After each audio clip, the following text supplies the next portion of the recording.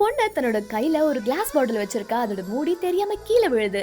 அந்த மூடியும் அப்படியே போய் செவுரை இடிக்க, அங்க பார்த்தா அந்த செவுரு உடைஞ்சு போன மாதிரி இருக்கு.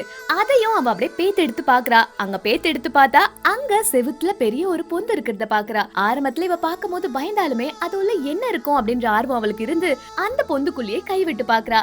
அங்க பார்த்தா ஒரு பாக்ஸ் இருக்கு. அந்த பாக்ஸ்ல நிறைய குட்டி குட்டி பொம்மைங்க, அப்புறம் ஒரு பையனோட போட்டோ அப்படின்னு சொல்லி அந்த பையனுக்கு சம்பந்தப்பட்ட எல்லா சந்தோஷமும் அந்த பாக்ஸ்ல இருக்கிற மாதிரி தெரியுது. அப்பதான் இவளுக்கும் தெரிய வருது, அதாவது இது ஒரு 50 வருஷத்துக்கு முன்னாடி இந்த வீட்ல இருந்த பையன் இந்த வீட்ல மறைச்சு வச்சிருக்கான் அப்படின்ற விஷயம் தெரிஞ்சு அது யாரா இருக்கும் அப்படின்னு சொல்லி இவளும் தேடலாம் அப்படின்ற மாதிரி நினைக்கிறா.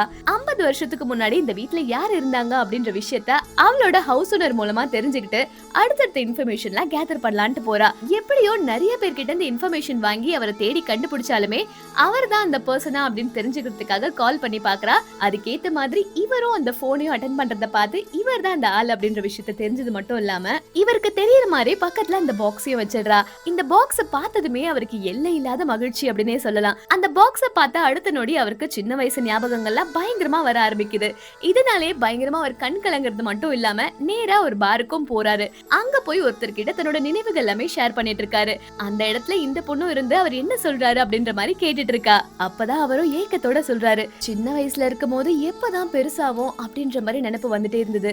ஆனா பெருசான பிறகுதான் வாழ்க்கை எவ்வளவு கஷ்டமானது, அது மட்டும் இல்லாம நமக்கு பிடிச்ச மாதிரி சில வாழ்க்கையெல்லாம் அமைறது ரொம்ப கஷ்டமா இருக்கு அப்படின்ற மாதிரி பயங்கரமா ஃபீல் பண்ணி அழறாரு. அது மட்டும் இல்லாம ரொம்ப நல்ல மெமரிஸ் இருந்ததெல்லாம் இந்த பாக்ஸ்ல போட்டு சேகரிச்சதாகவும் அது கடைசியில இவர் கையில கிடைச்சதுமே எல்லை இல்லாத சந்தோஷத்துல இப்ப இருந்தாலுமே ரொம்ப சந்தோஷமா இருப்பா அப்படின்ற மாதிரி அவர் சொல்றதை கேட்டு இவளும் பயங்கரமா சந்தோஷம் அடையறா. அப்பதான் இவளுக்கும் தெரியுது, அடுத்தவங்களை சந்தோஷப்படுத்தி பாக்குறதோ ஒரு பயங்கரமான சந்தோஷம் தான் அப்படின்ற மாதிரி தெரிஞ்சுக்கிட்டு அவளை நினைச்சு அவளே பெருமைப்பட்டுக்கிறா. உங்க வாழ்க்கையிலயும் இந்த மாதிரி சந்தோஷமான மெமரிஸ் இருந்தா கண்டிப்பா அதை ஷேர் பண்ணுங்க.